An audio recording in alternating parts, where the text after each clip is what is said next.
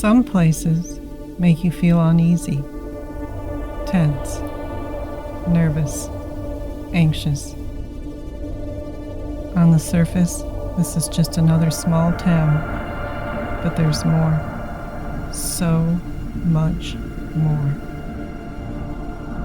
She was walking home from the movies with her sister, like she had so many times before. She was almost home, and then she was gone. This is Nancy Eagleson, and this is her story.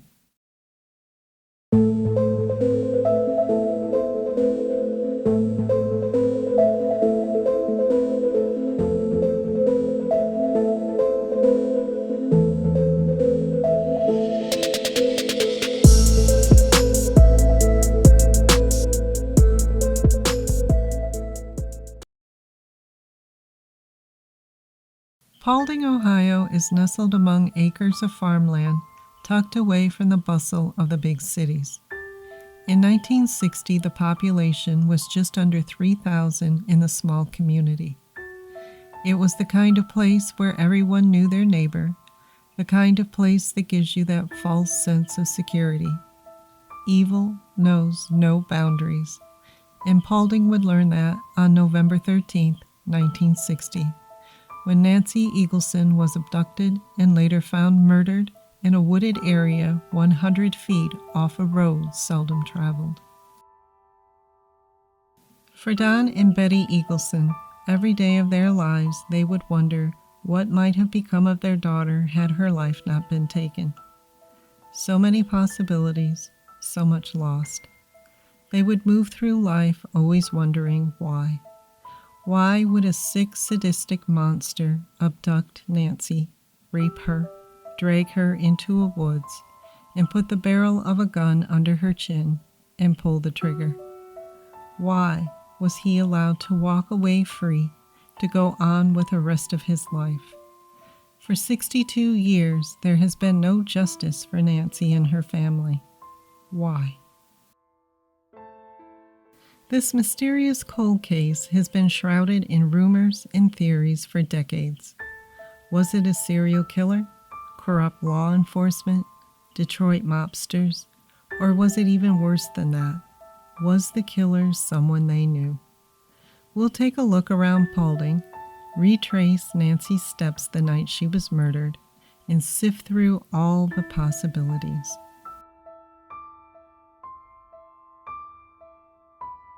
Nancy was a lovely young girl, super friendly, went to church every Sunday and helped out in the nursery there.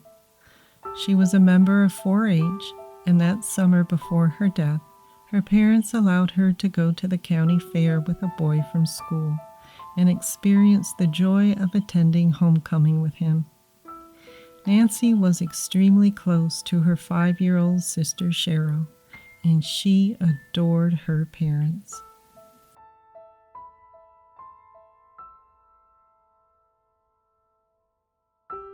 Sunday, November 13th, started out with Nancy attending church with her aunt.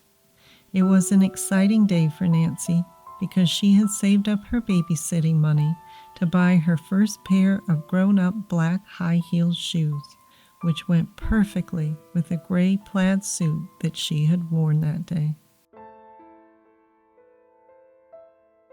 After arriving home from church, Nancy had an early dinner with her family. Afterwards, she helped her mother in the kitchen, and the two of them had fun talking and planning the rest of the day.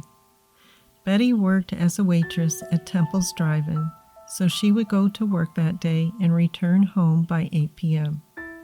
Don worked a factory job weekdays and helped run his family's bowling alley on the weekend, so he left for work sometime in the afternoon and wouldn't return home until 9 p.m. that evening. Nancy asked her mother if she could take Cheryl to a matinee at the local theater and stop and get a soda afterwards. Her mother agreed to let the girls walk to town. Let's take a look at a map with each place marked to better understand the location of each member of the family that day. The Eagleson home is here on Flat Rock Drive. Betty's job at Temple's is here. Don's job at the bowling alley is here. The theater is here, and Johnson's restaurant is located here in the town square. Nancy and Cheryl begin their walk at 2 p.m., so let's follow their path. We are on Flat Rock Drive where the Eaglesons lived. We will come out where the bridge is that the girls crossed to go into town. Then we will take a look at the theater, which was the first stop that the girls made that day.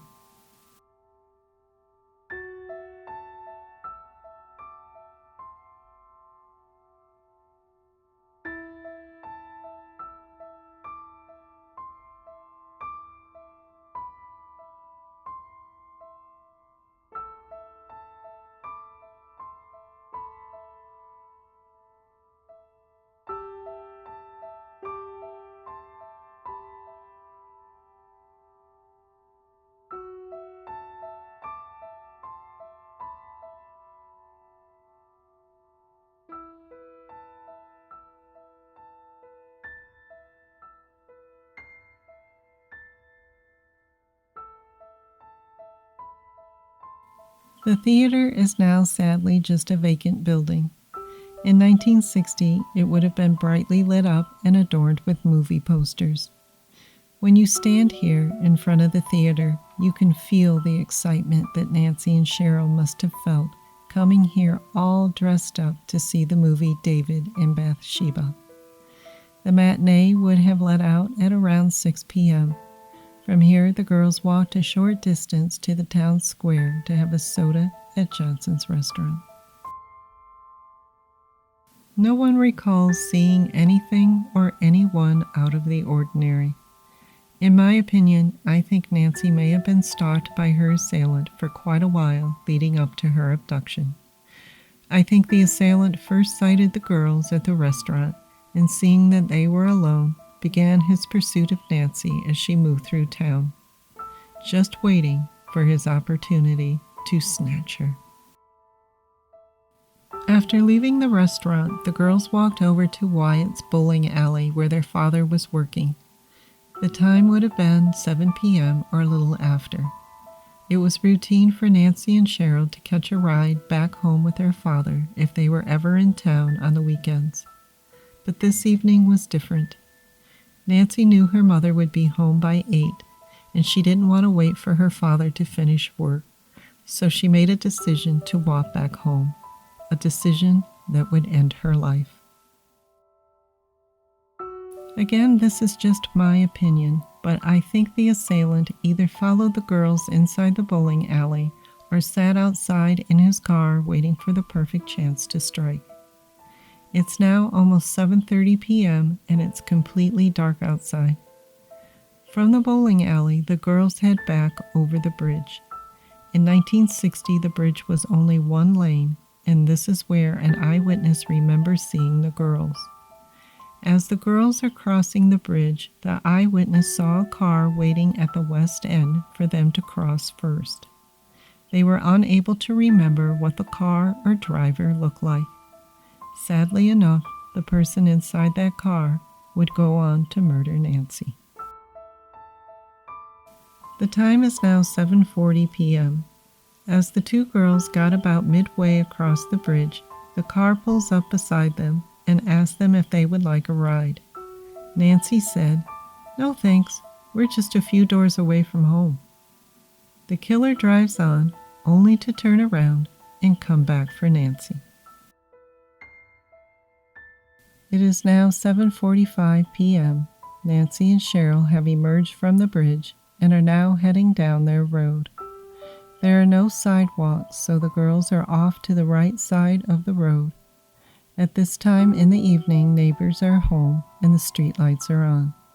They are literally just steps away from home. Brazenly, the killer pulls into the wrong lane in front of the girls under a bright streetlight. He got out and stood in front of the car and asked for directions. Nancy approached to help, and when she did, The killer took her by the arm and either pushed Nancy to the ground or she lost her balance and fell. A struggle ensued.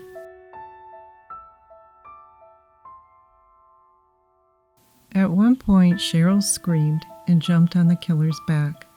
He hit Cheryl in the stomach and threw her to the ground. The next thing Cheryl saw was Nancy being thrown into the back seat of the car. She got up and tried to see Nancy, but couldn't see past the killer. Cheryl ran to neighbor John Larson's house to get help. By the time Mr. Larson got out to the road, the car had sped off towards town. The only thing left behind was Nancy's purse laying in the grass. Mr. Larson called the authorities, and the hunt for Nancy began. Using Cheryl's description of the assailant, authorities were looking for a big man in a light-colored car. He was over 5 feet 8 inches tall. He wore dark horn-rimmed glasses, and he had a belly like Santa. She also remembered smelling alcohol.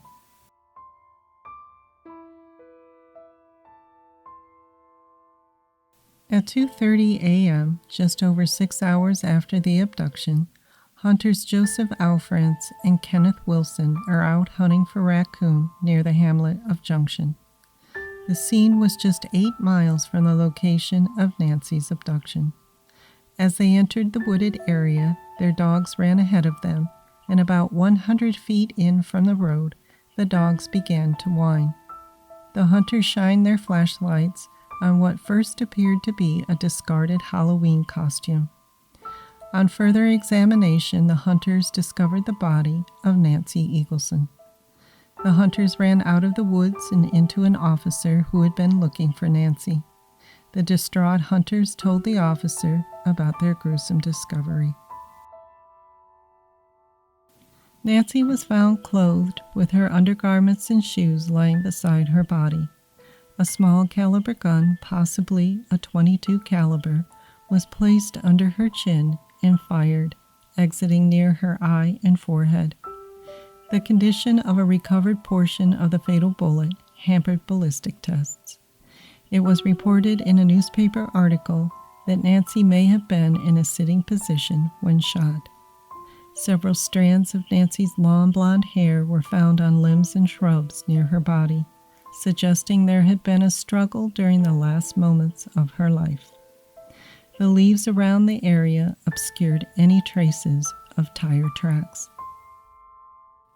The coroner had confirmed that she had been raped and listed her time of death at 9 p.m. Nancy was abducted at 7:45 p.m. That means she would have endured an almost 1 hour sexual assault before being murdered. The investigation of Nancy's murder was intense for about the first week, then seemed to cool dramatically. Authorities questioned several persons of interest, including Virgil Johnson, who owned the restaurant where Nancy and Cheryl had their soda. Even though Mr. Johnson had an alibi for the hours surrounding Nancy's abduction, town gossips drove him to take a lie detector test to clear his name. Mr. Johnson passed the test. The only suspect that drew Sheriff Keeler's attention was 17-year-old Robert Stovall. The young man was described as a goateed beatnik type who had just been released from a state mental hospital. Chicago police found blood on Stovall's clothes and mud on his shoes when he was picked up for questioning in the murder of 9-year-old Gloria Kowalewicz. The 9-year-old had been abducted on her way to church on November 12th. She was molested, shot twice in the head with a .32 or .38 caliber gun, and her body dumped in a ravine 100 feet from a road in a forest located 230 miles from Paulding. Stovall was a psychopathic liar and told several different stories of his whereabouts from November 11th through the 13th. He claimed the blood that was found on his clothes came from a barroom brawl. Sheriff Keeler was never able to connect Stovall to Nancy's murder. As for Don and Betty Eagleson, Each had their own theory about Nancy's killer. Betty believed the killer was from Paulding because he seemed to know the area well. Don thought the killer was a hunter staying at a local motel who had committed the crime on the spur of the moment, melting back into his community after it was over. After driving around Paulding and going to the location where Nancy's body was found, I agree with Betty Eagleson. I think you would definitely have to be from the Paulding area to have chosen such a remote location.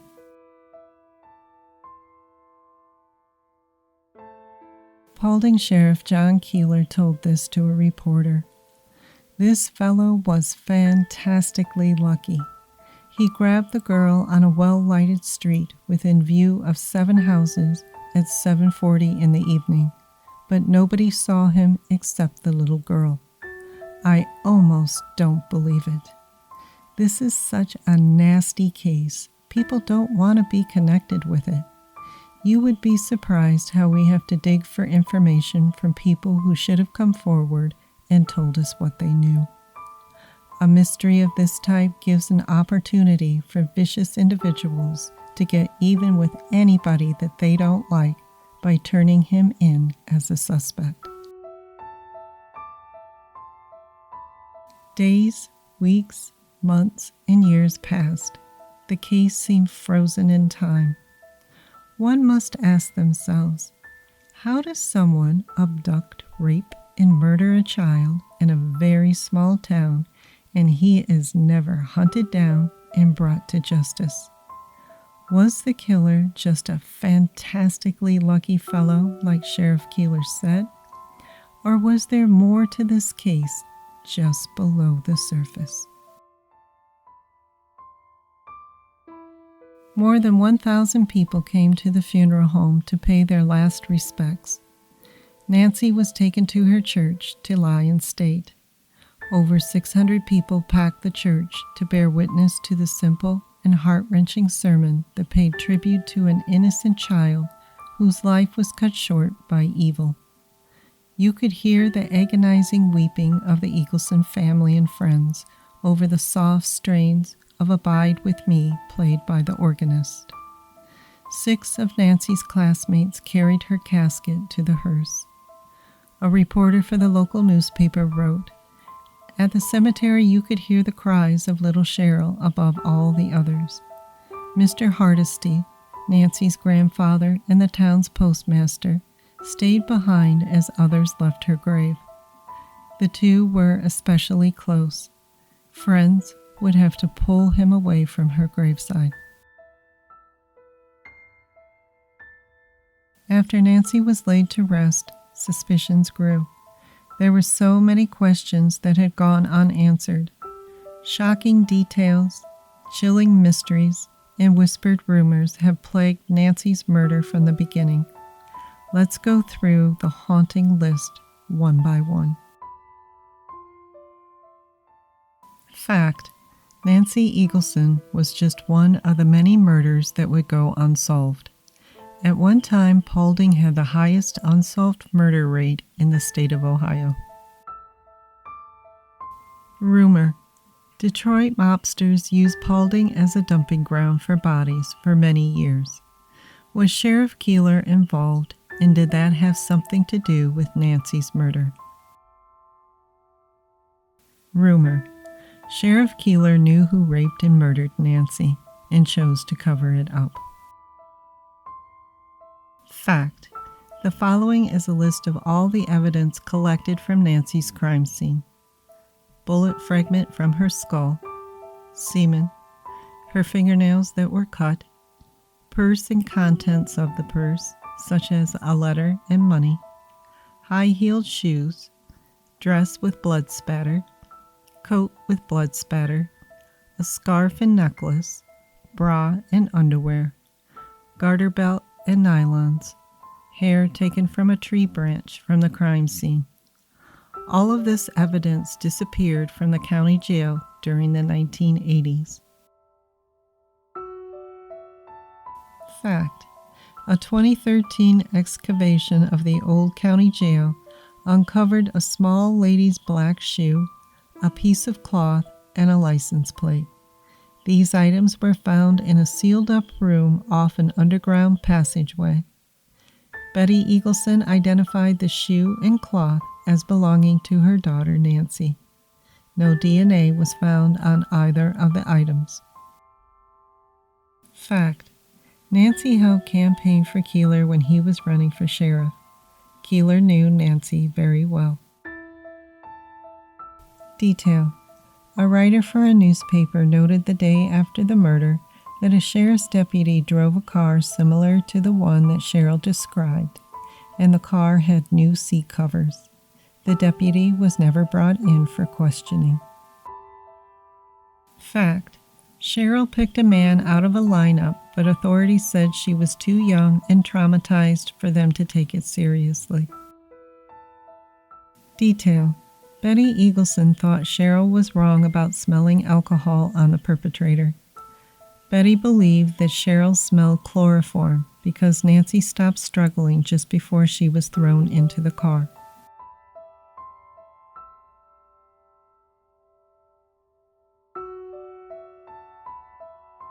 The Eagleson family asked the sheriff's department to exhume Nancy's body in an attempt to try and extract DNA that may have been left on Nancy's body by the killer. This request was denied, with the department citing that their expert believed that the chances of finding DNA would be highly unlikely, and that their funds would be better spent on more current cases. In December of 2021, a GoFundMe was set up to generate enough funds to exhume Nancy's body and test the remains for traces of DNA in an effort to bring her killer to justice. $3,775 has been raised of the $50,000 needed. An organization named the Porchlight Project has now agreed to pay for the exhumation of Nancy. The Porchlight Project is a nonprofit organization that offers support for families of the missing and murdered. They specialize in funding new DNA testing and genetic genealogy for Ohio cold cases. The GoFundMe will stay up to help defer costs after exhumation for any and all DNA testing that may be needed. A hearing is set for September 20th, 2022, in front of Judge Michael Werkamp to allow the body of Nancy Eagleson to be disinterred from the local cemetery where she was buried 62 years ago. Hopefully, through the advancements of DNA testing, they can begin to put the pieces of Nancy's murder together and answer the questions that have tortured the Eagleson family for decades.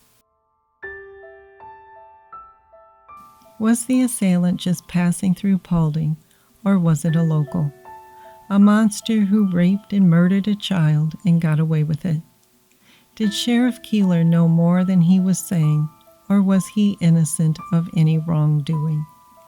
Did all the evidence in Nancy's case get thrown out accidentally, or was it destroyed on purpose? They say Sheriff Keeler haunts the old county jail, the place he was in charge of, the place where he and his family actually lived for many years. Is his spirit guarding a secret, or is it leading us to uncover one? Whatever the case may be, we now have hope as the Eagleson family moves closer to try and solve Nancy's murder.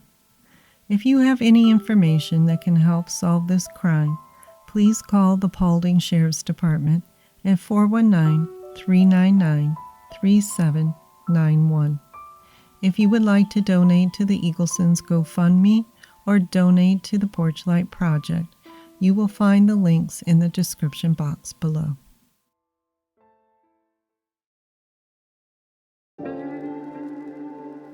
Thank you for joining me today. If you like this kind of content, please consider liking and subscribing. Also, help us grow together and share this channel with a friend, and keep the discussion going by commenting your thoughts on the tragic death of Nancy Eagleson. Until I see you again with another cold case, take care and be safe. This has been Eye on Justice.